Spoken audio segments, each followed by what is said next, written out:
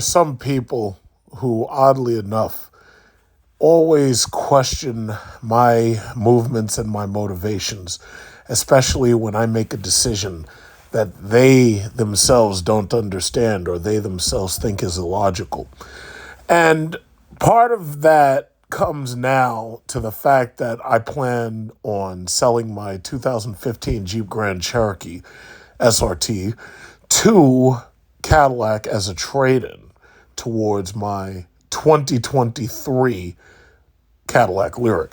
Now, first of all, there are a number of reasons why I am doing that. Number one, some of these people absolutely believe that these cars are keepers.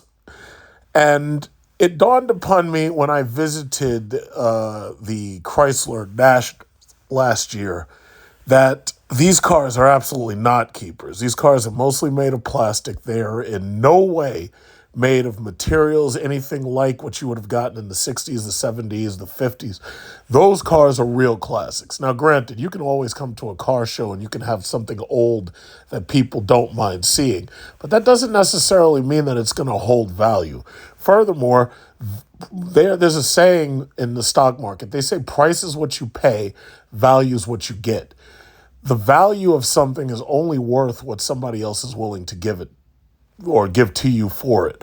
And what you need to understand is that the value or what somebody's willing to give you for a car from 2015, which is basically almost 7 years ago, that is quickly approaching 100,000 miles. That value goes down really, really quickly. Now, when I bought that car was brand new. It cost about $85,000, all features, extra warranty, and basically I had everything.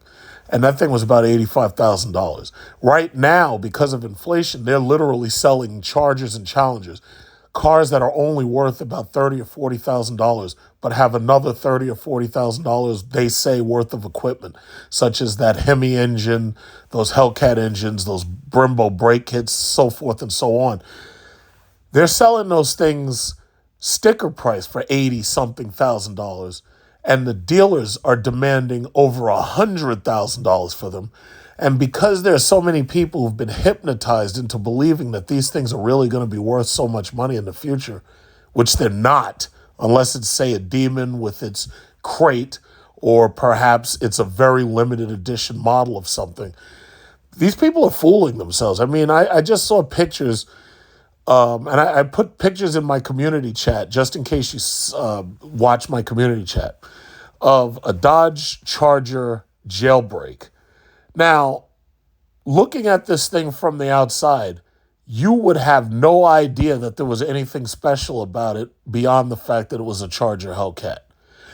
It has a red-eye hood, but I've seen regular Charger Hellcats with red-eye hoods. Basically, some of these car companies, specifically Dodge, but GM is, guilty of it too with the Camaro. Ford does it too with the Mustang. They dig around in their parts bin and they take these parts and they just willy-nilly put them on these vehicles and they call it a special edition. That's not enough to sell me. First of all, these Chargers, these Challengers, these things have been riding that same interior since 2011. And then on top of that, you add insult to injury. The value of these things depreciates really fast if you don't have one of the higher end models. So as you see even here, for the Charger Hellcat that I had, they were offering $40,721. Now, I got way more than that, but the Kelley Blue Book value of it was one thing, but what a private buyer was willing to pay was something totally different. Now, if I could find a private buyer for my Jeep SRT willing to give me more, then, so be it. My problem is I don't even want to go through the hassle of dealing with private buyers and having to wait for somebody to give me money and having to deal with the DMV. I don't want to deal with any of that shit. So the reality is I'm doing what I'm doing, trading my vehicle to Cadillac, and probably getting about $30,000 or better for it. Mercedes, when I went up there and I had them appraise my car looking at the EQS SUV, they told me up front, $29,000. Now I said, yeah, I think that's too low. Now, in my opinion, I'd say 30,000 is about fair, especially considering Jeep doesn't make that model anymore. You'll never see that 6.4 liter again, thanks to regulations and government mandates. And on top of that, my car actually says SRT on it, while the rest of them don't. Like these new ones, fucking Trackhawks, Scat Packs, they're charging top dollar for these things. You don't even get, it doesn't even say SRT on it. I think that's a problem.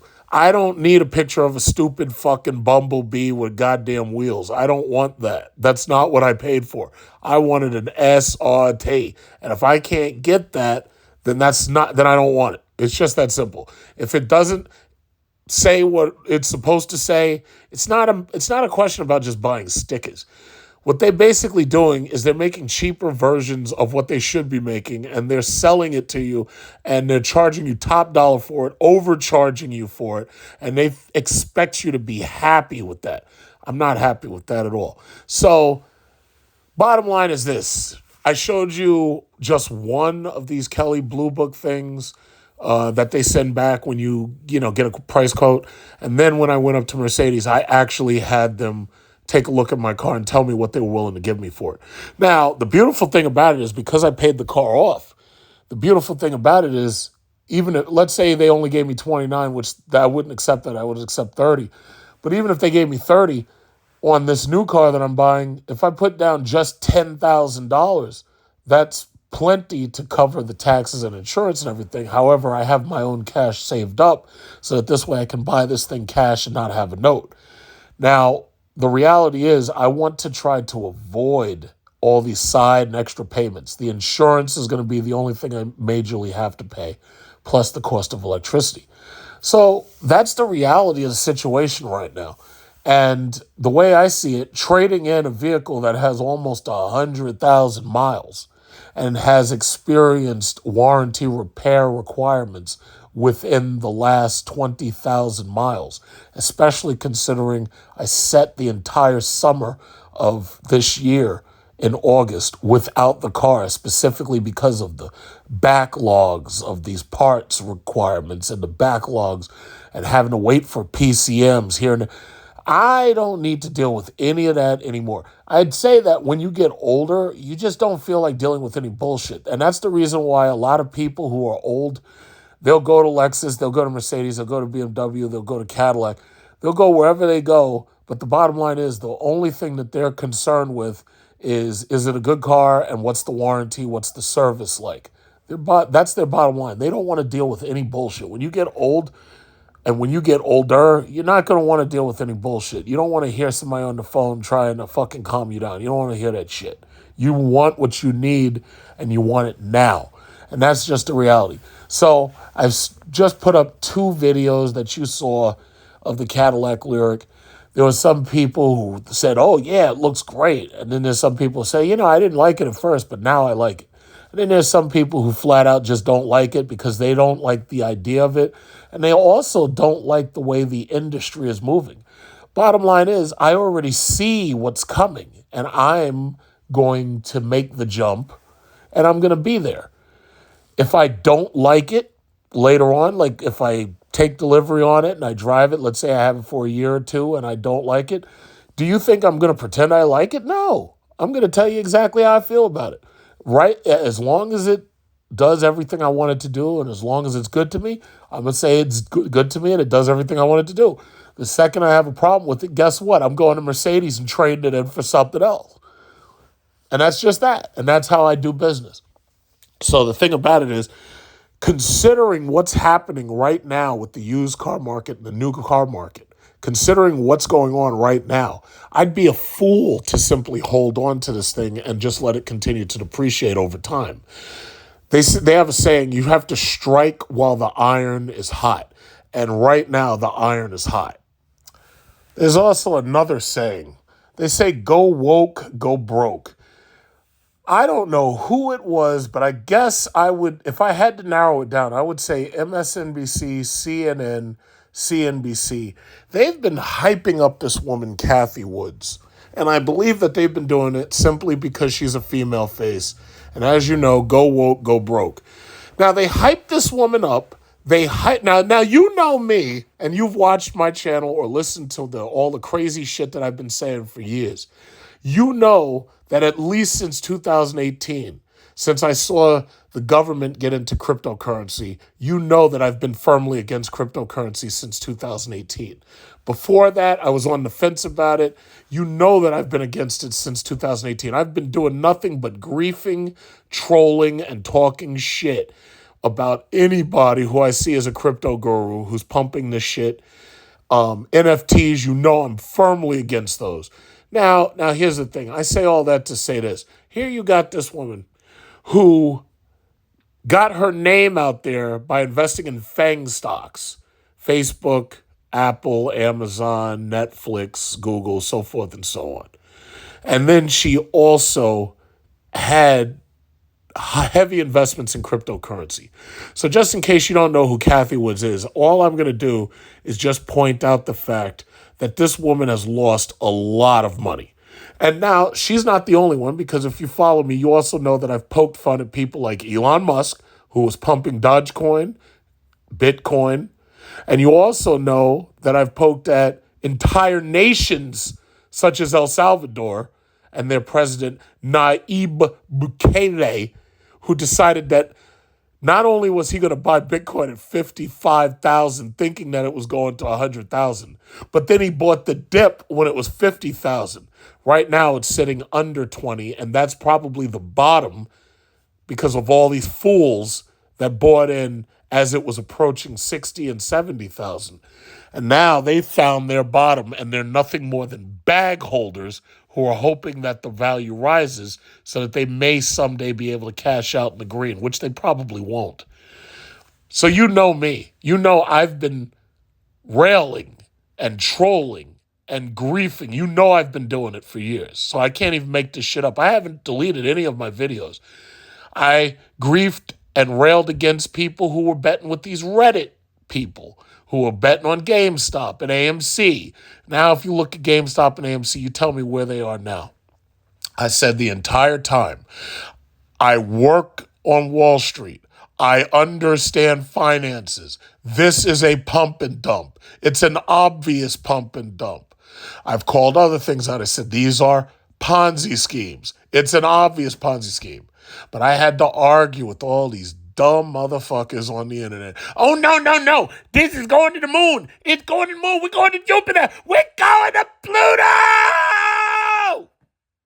And I've got to argue with these people. Well, the beautiful thing about watching all of this collapse is I don't have to argue with them anymore, because now they don't even bother rearing their heads. They used to come on my channel and tell me I didn't know what I was talking about. They used to say I was stupid. They used to say I was crazy. They used to say I was short-sighted. They said so many things, and I kept on with the same drumbeat, the whole time. And now, well, it's easy to see who's proven right. There's another saying. They say the distance between insanity and genius is measured only by success.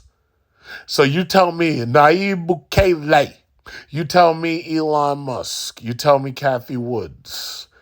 Now, granted, all of these people are pretty much richer than I am because, most of them are government subsidized welfare babies.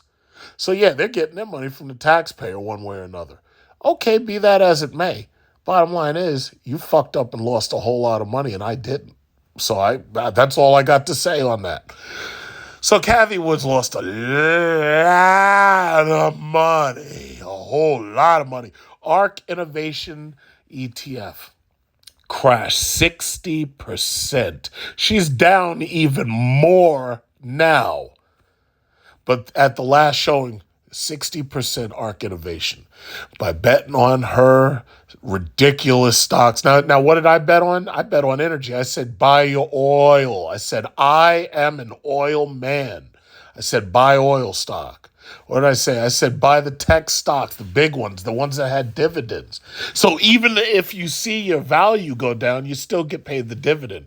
And if the dividend stops, that's when you might decide to dip and go somewhere else.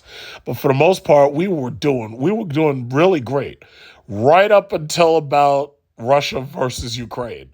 And then most things started to fall, except the oil started to skyrocket. And guess what? We are still in a buying season. Because you got to remember Microsoft, Nvidia, Apple, their customers haven't disappeared. It's just that right now they're fucking broke. Right now, most of them who would have normally financed brand new phones and would have normally financed brand new computers and would have normally financed this and that, bought a brand new Xbox, bought a brand new PlayStation. Right now, the consumer is broke. Right now, if you turn them upside down and you shake them, nothing comes out their pockets but lint. So the reality is, I just wanted to mention who Kathy Wood is. Now, all of that said, Kathy Wood has made a prediction. And I wanted to talk a little bit of that prediction because it connects to what I was talking about when it comes to selling a used car specifically. Kathy Wood has warned of serious losses in automobile debt. Now, before I even get into the story, let's understand, all during that pandemic, while I was railing against stimulus checks, and I kept calling them welfare checks, I said, this is not going to end well, blah, blah, blah. I was saying the same thing, same drumbeat. Most people, I actually think, agreed with me because they didn't like the stimulus idea because I think they understood that it was going to lead to higher national debt. America's crossing into $31 trillion of national debt. And most people, first of all, MSNBC is not talking about it. CNN's not talking about it. Fox News is only talking about it because they feel that it hurts Biden and his administration. The reality is, that $31 trillion national debt, we didn't get there overnight. We got there through years of bad leadership and mismanagement. I always hate arguing with people who actually say stupid shit like, oh, the companies, the nation is not a company. It shouldn't be run like a company. I'm like, what the fuck are you talking about? This country is a corporation. No matter how you want to slice it, this country is a corporation. Our stock is our dollar, and we're $31 trillion in debt now.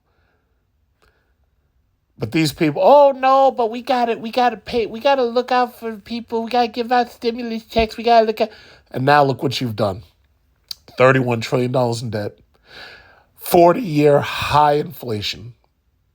Inflation, the government tells us the inflation is somewhere around 9%. It's double that. And the way you know it's double that is now you actually have corporations coming out and giving you the real numbers and telling you how much they've actually had to raise their prices. And you actually realize right away, simple math, it is double. But they're never going to tell you the truth. As far as they're concerned, there is no recession. I continue to say, the official recession begins on November 9th, the day right after Election Day, when these pathetic politicians lose their jobs, lose their seats, and there's nothing left to hide. That's when the recession begins. Because up until then, they have every incentive to lie. That's all they do. That's all they'll ever do. And thanks to the fact that we have morons voting them in, and we have people who vote based on who's willing to hand them bigger welfare checks, that's all you're ever going to have. You're going to have politicians that are going to run this country's economy into the ground irreparably. Your Social Security checks will be cut. You'll have reduced spending. You'll probably end up like they did years ago back during the Depression when people were sitting at home eating cat food and dog food. You'll probably be eating a big can of Alpo right next to your dog. You'll probably be, if you're one of those crazy cat ladies, you'll probably be right there eating cat food right next to your cat. And just too stupid to ever admit that you voted poorly. And the reality is, it's coming. One way or another, it's coming. And we're getting closer and closer to it.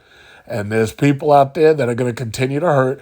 They can call these people mentally ill, but the reality is they're mentally ill, most of them, because they're heavily depressed and they're undiagnosed. I'm deviating way too much. So Kathy Wood warns of serious losses in automobile debt. During that stimulus check handout, people, and you remember I used to make fun of them, they're running out buying Charges, Challenges, BMWs, Mercedes, Range Rover. They're running out with their stimulus check in their hand. And they putting that as their down payment. No different than in 2006 through 2008 when you had ninja loans, no income, no job, no assets. You got people going out there buying houses, never made the first payment. Well, you got people here buying these cars, can't afford them, putting down a couple of dollars plus their stimulus check in order to get just the taxes paid for, just the dealer fees paid for. And now the repos are going wild. Every single day I drive into the city, I see more boots on these cars, on the car wheels. I see more boots than ever before. I see more cars getting towed. I see repos happening.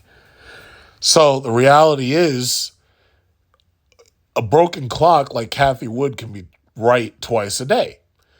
Kathy Wood flagged the risk of serious losses in the trillion-dollar auto debt market after statistics showed U.S. used vehicle prices decreased in September.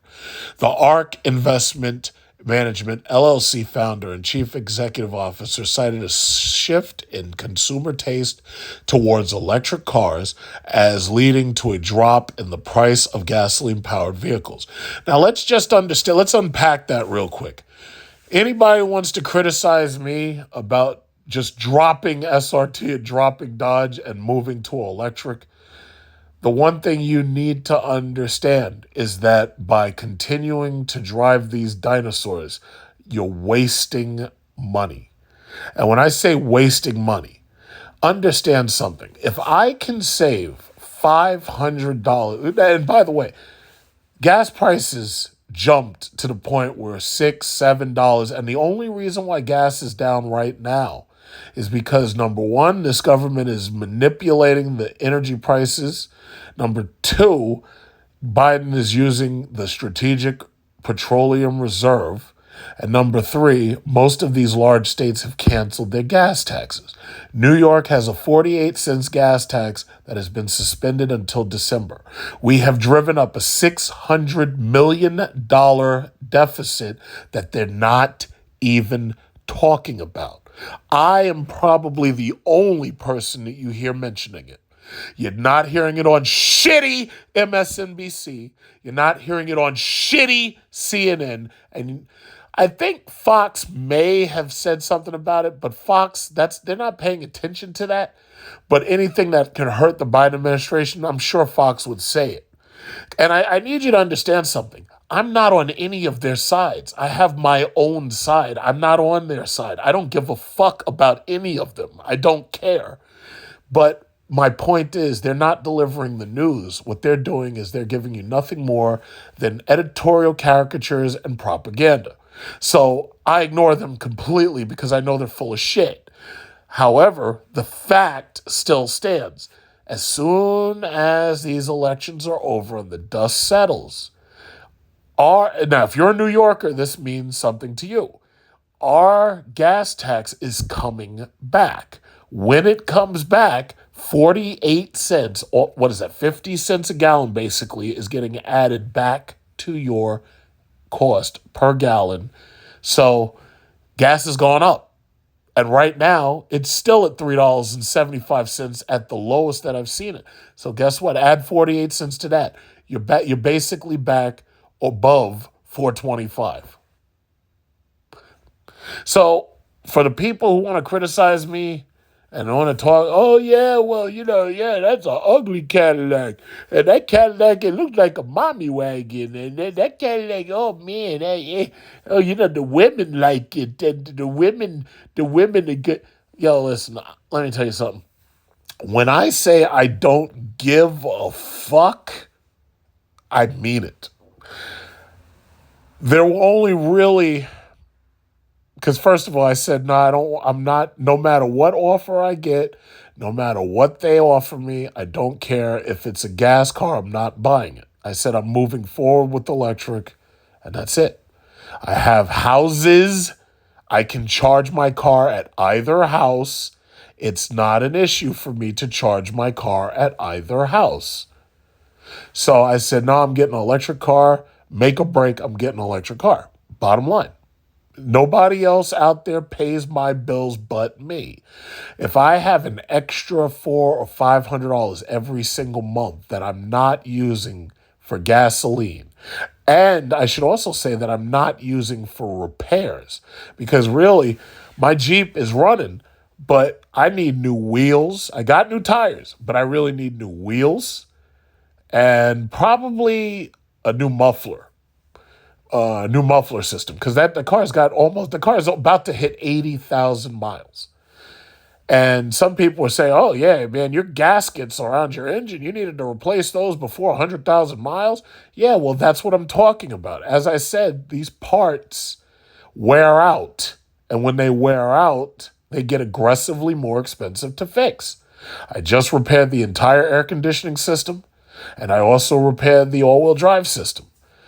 I'm thinking to myself that it basically needs new wheels. I just got new tires, so I definitely need new wheels. So you're talking about $2,000 or $3,000 right there. Probably a new muffler. I don't know how much a Borla or a Corsa or something costs, but I wouldn't get the OEM muffler at this point. I would go for a Borla or a Corsa or something. And fortunately, I never got my catalytic converter stolen, because these animals out there in the street who are going under people's cars and stealing catalytic converters. So that wasn't ever a problem for me. But the bottom line is that car is running. But I'd say off the top of my head, I think it needs about $5,000 worth of work. Now, if here you go to these dealerships and they're willing to give you $30,000 for that car after I've already put 80,000 miles on it, and what? No, as far as I'm concerned, that's a win, especially to get a brand new car where you're saving money. And if I'm saving $400 or $500 on gas every single month, I'm putting all that into the stock market, because in 10 years, I'm retiring. And when I retire, I ain't going to be doing a motherfucking thing except I'm going to be on a beach. I'm going to have a young foreign wife, because I'm a passport bro. Just want you to understand that. And she's going to be feeding me the coconut water and the buco juice. And she's going to be doing all types of things for me while I'm maxing and relaxing. And y'all going to be right here working for the man. I ain't doing none of that shit. Because you see how you got these people out there who they retire and then they suddenly got to go back to work? Fuck that. I'm not working no more. You see how you got these women, they retire, they got to run back to school so they get a fucking PhD? You think I give a fuck you call me doctor or not? Fuck that. I ain't doing nothing. I'm going to be on a beach getting massaged by my wife, my young foreign wife. And she's going to be I'm going to be like, hey, honey, give me some more of that buco juice. And she's just going to be pouring the buco juice all over my mouth. And it's going to be dripping down my face. And y'all going to be right here, working for the man. I ain't doing that shit. What are you kidding? What are you kidding? Are you kidding? I'm going to be on my pension. I'm going to be on eventually Social Security. And I'm going to just be chilling. And I ain't doing nothing at all. My properties here, I will take all of my stuff and I will pile it into one room in one of my houses, and I will rent out the rest of the house, and they'll be paying me money so that I can be in a foreign country with some young wife serving me the buco juice. That's how I'm doing it. That's the bottom line. That's the plan. So all that said, they are talking about a crash in automotive prices. I hear other places, they're talking about a crash in housing prices. I just want to say it like this. Neither one of them is going to happen, period. Now, you want to know why? You'd be like, oh, but that doesn't make sense. No, it does make sense. First of all, the housing market is not going to crash. Foreclosures are low right now. Foreclosures are actually low. The reason for that is because most of these people, when they could refinance, they refinance themselves as low as they could possibly go. They will not sell those properties at this point. They will keep those properties and they'll rent them out if need be, but they will not sell those properties. This is not like in 2008 where people were so far underwater that they felt that they could just walk away from a property. And also there were a lot of investment properties. People thought that they could just walk away. This is completely different. The difference now is that let's say you have an investment property, you always know that there's Airbnb, there's Expedia, there's a number of ways that you can rent that house out or you can give that house to somebody else that'll pay through them to you for it.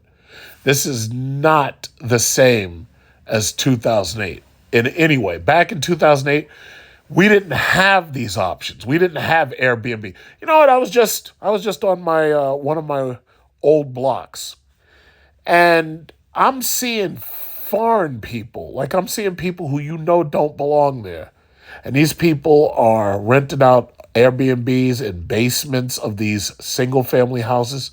They're renting out upstairs, top floors of these single family houses. You couldn't do that back in 2008. In fact, I'll say it like this. If that stuff existed in 2007 and 2008, the housing crisis might have been avoided. But this didn't exist back then. If, in fact, I'll say it like, if this had existed back then, they would have kept driving home prices up even more. And the crash may not have looked anything like it actually looked. But that said, if you look right now, even after the most devastating global shutdown, COVID, look at where real estate prices are now. If this was anything like 2008, 2020 should have led to 2021 and 2022 housing prices decreases. That didn't happen. Furthermore, Federal Reserve raised interest rates. If you and your young wife, let's say you got married just recently, and you and your wife, oh honey, yeah, we're gonna go out and buy a house. Oh yeah, let's go looking for a house. Just like I've got some friends looking for a house for them and their newborn or their child, whatever. Newborn child, 1, 2 years old, whatever. Bottom line is, yeah, they go out looking for a house. You know what kind of prices they're facing? 600,000, 700,000. Houses in places they don't want to live that are still 600,000, 700,000. Cheapest house you can find, and I've showed you pictures. I show you pictures all the time in my community chat. Cheapest house you can find. These ugly piece of shit crack houses with fucked up roofs and torn apart kitchens. And the place is in a ghetto and it's next to Pookie and Ray Ray. These places are still $700,000. That's what you're facing right now. This housing crisis is really a rent / affordability crisis. The houses are fine. You're not. When they're talking about New York City, $4,000 a month for rent, for rent of a 1-bedroom apartment, that's bullshit. It's real, but it's bullshit. And that's what it is. Yet those places ain't. And you know what's funny? Even if the prices did suddenly start to dip and they started to take on more and more renters, they dropped from $4,000 to what, $3,800, $3,500. You're still paying 50% more than you should be paying. You know, I remember when $1,000 a month for rent was considered high. Now you're up to $4,000. Cars. The issue with cars, a lot of people are driving. No, first of all, let me just say it like this. There's a lot of people right now who understand that their credit sucks, so they can't buy new cars. Because if they go to the dealer, that not only are they going to get hit with an overcharge for certain cars, especially the models they want, but on top of that, the interest rates are so high that, you just think about it. Interest rates used to be like, what, 2.9, 2.98, 3%. Now they're, what, Dodge said, yeah, you want a Charger or Challenger now, asshole? 5.82. I showed you that the other day. Or in some cases, these people, and that, because you got to remember, the 5.82 is if your credit is spotless. If your credit ain't spotless, I've showed you pictures of my community chat, people buying 10%, 20% on fucking cars. That's insane. That's insane. BMW and Mercedes say that even with pristine credit, and I was just at Mercedes with that EQS SUV, even with pristine credit. You remember all these assholes you had to watch driving around these BMW 3 Series getting into accidents and bobbing and weaving through traffic? You ain't seeing that lately, have you? You're all these jerk-offs with these C-classes, these CAMGs and these EAMGs. You ain't seeing that lately, have you? You know why? Two things. Number one, gas and fuel prices are high. Number two, they can't afford the cars. They can't even get these cars on lease because now what used to be $800 a month because you own a 3% is now $1,600 a month because you're at a 6% or a 7%. So yeah, rough times are coming, guys. Rough times are coming. So used cars, the used car market is going to be crazy. It's already been crazy all through 2022. Used cars are going to be crazy. They're going to be crazy. There are people offering me money for used cars. I know people in my family, when they drive out in their car, if it's a nice, decent car and it's used, these people are asking, wow, that's a really nice car. Are you interested in selling it? In fact, I'm very disappointed with my aunt. I tried to tell her, I was like, listen, your Cadillac is a great car. It's fully loaded. Keep that thing. She didn't keep it. She traded it in because, in Brooklyn, there's not a lot of parking, which I totally understand. There's not a lot of parking. But she had that car fully loaded. It's like somebody would have bought that car off her and paid more than the dealer was willing to take it back for. She could have sold that car for more than she paid for it, but she had it on lease. So when a lease ends, you just basically have to give it back to the dealer.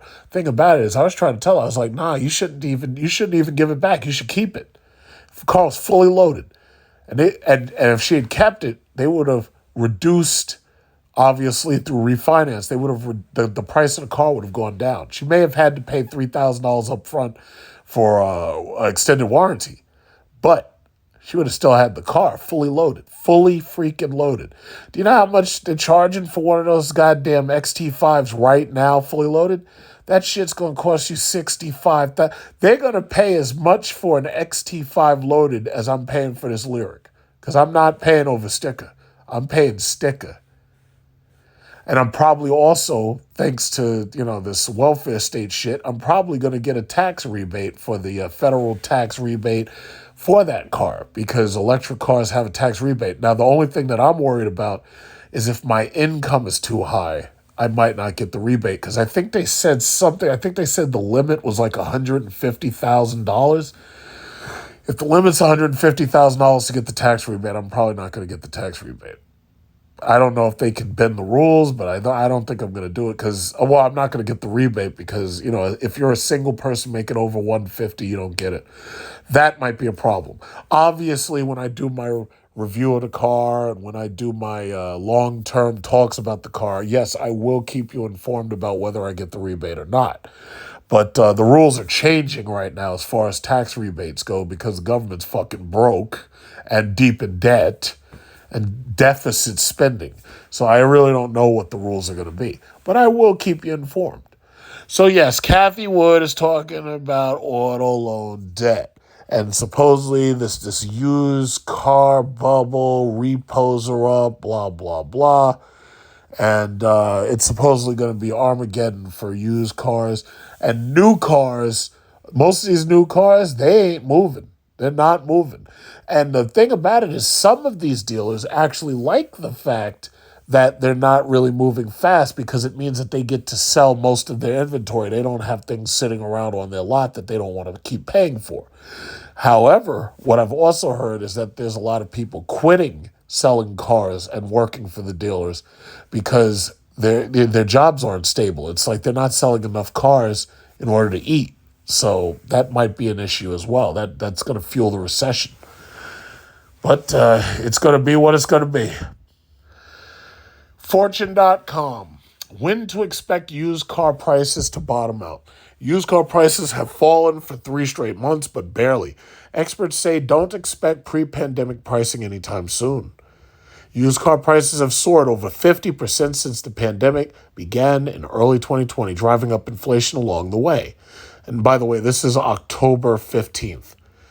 But lately, with interest rates rising, recession fears mounting, and the supply of new vehicles in the U.S. slowly returning to normal levels, the once red-hot used car market is beginning to cool.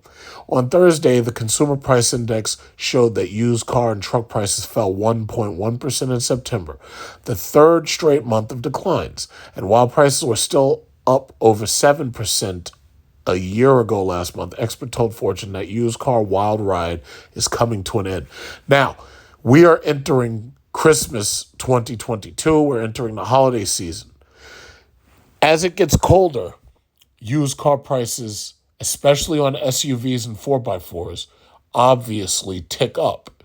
That's because people need 4x4s, SUVs, and in some cases light trucks because they know snow is coming. Winter is coming. Brr, brr, brr, winter is coming, just like they say on Game of Thrones. Okay? So that I already know used car prices are going to tick up anyway.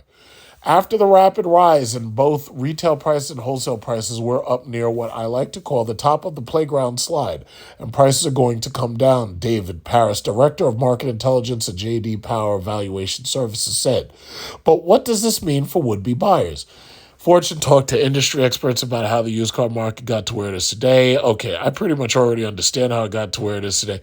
But the guy says, we never saw car inventory get back to where it was pre-pandemic, and that's still true to this day.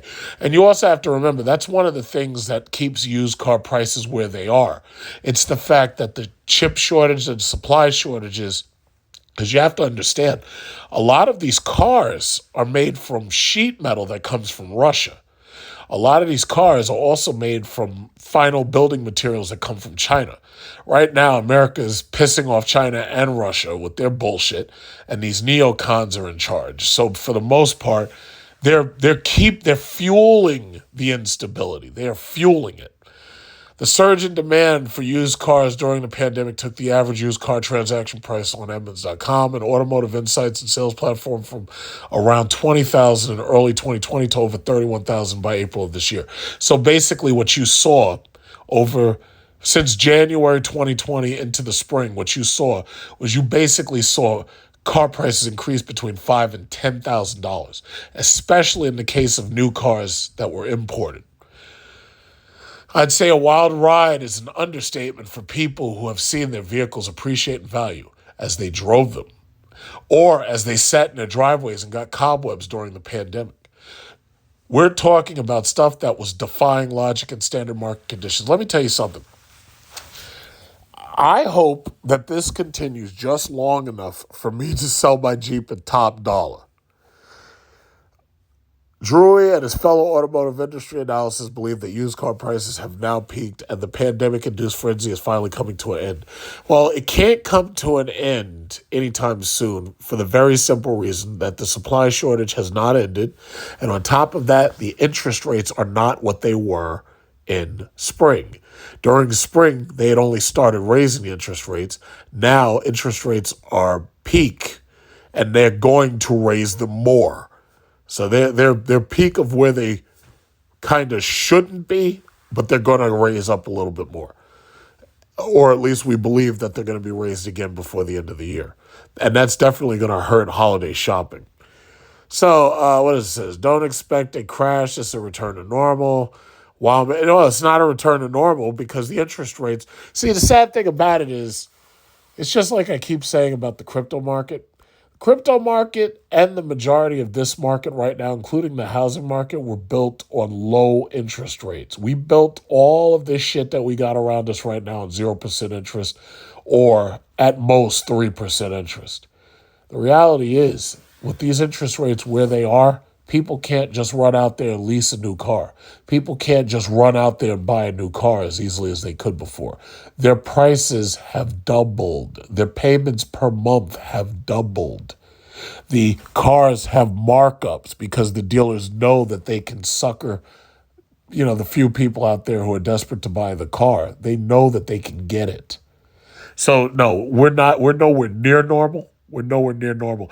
If you're lucky, you're driving around in a used car that has equity in it.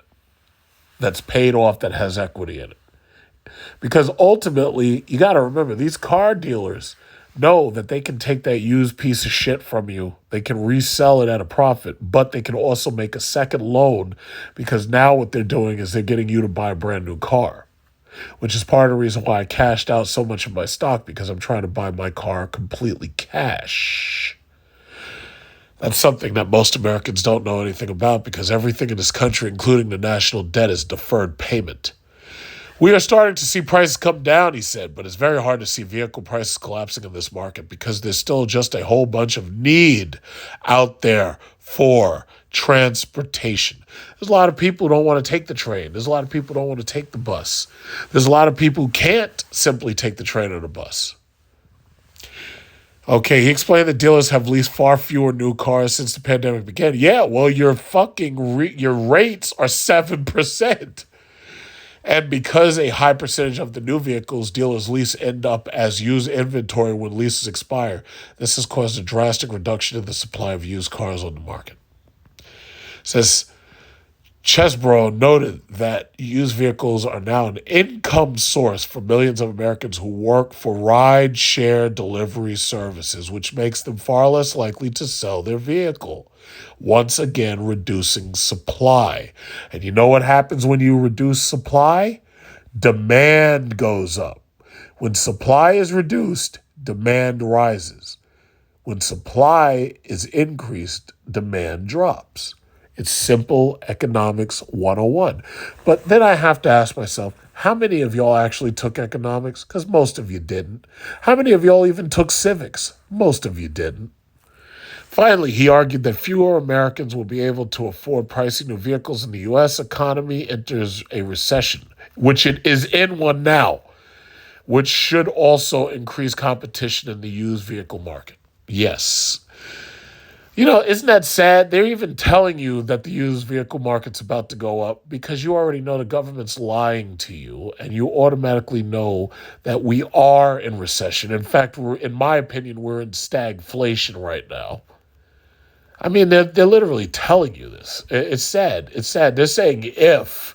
Look at this guy using the word if. How do you use the word if when that's exactly where you are? It's like if you're Dante and you're in hell and you say, man, if I was in hell, it's like, no. You're in hell. It's not if, you there. But, you can't. Hey, if the government lies to you and says it's something else, then who am I to challenge them, right?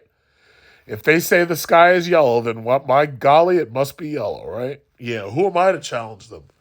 We're not in recession. No, the government didn't say we're in recession, so that means we're not in it, right? Exactly. We're in fucking stagflation, guys. Typically, about 20% of consumers would buy their lease instead of turning it in. He said, now we heard some reports that 90% of consumers are buying. Ford put out that number, and it blew my mind. You know what? I'm not going to really continue reading this because you already see what we're talking about. You see right here, Lending Tree Mortgage, 5.25%. Yeah, you try going and buying a house that's $500,000 worth 5.25%. You try doing it. With your not perfect credit, you try going out there and buying something right now, and you tell me what your monthly payment is going to be. And these dealers don't give a shit. They'll look you right in the eye and say, yeah, guess what? This Kia Optima is going to be $900 a month. They'll tell you that. I took a friend with shitty credit shopping, looking at Jeep, Compasses and the Jeep Cherokee, not even a Grand Cherokee. Yo, listen, her payments were about to be higher than mine were. And I had a goddamn race Jeep. I had a big-ass race truck. I had a big-ass monster truck. And they're telling her, yeah, well, if you get this little Compass and this little Cherokee on lease, yeah, it's gonna be over $1,000. This is crazy. But that's just what it is. That's just what it is.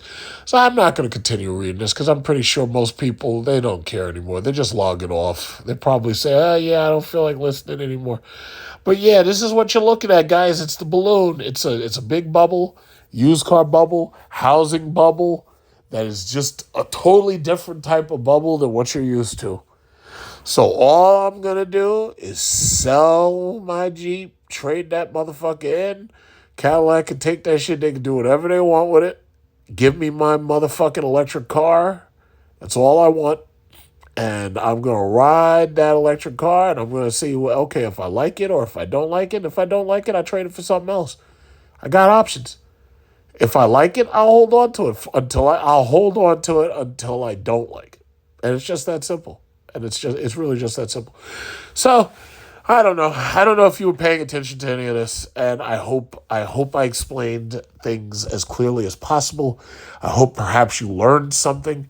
But the bottom line is, it's like, please don't be a sucker. Don't let fucking Dodge and don't let them sucker you into going out there and trying to spend $100,000 on some damn on a $30,000 or $40,000 Charger or Challenger that makes a little bit more noise. Please don't let them do that to you. Please don't. Be smart. Be smart. Don't let the government sucker you into buying shit you can't afford, please. Thank you.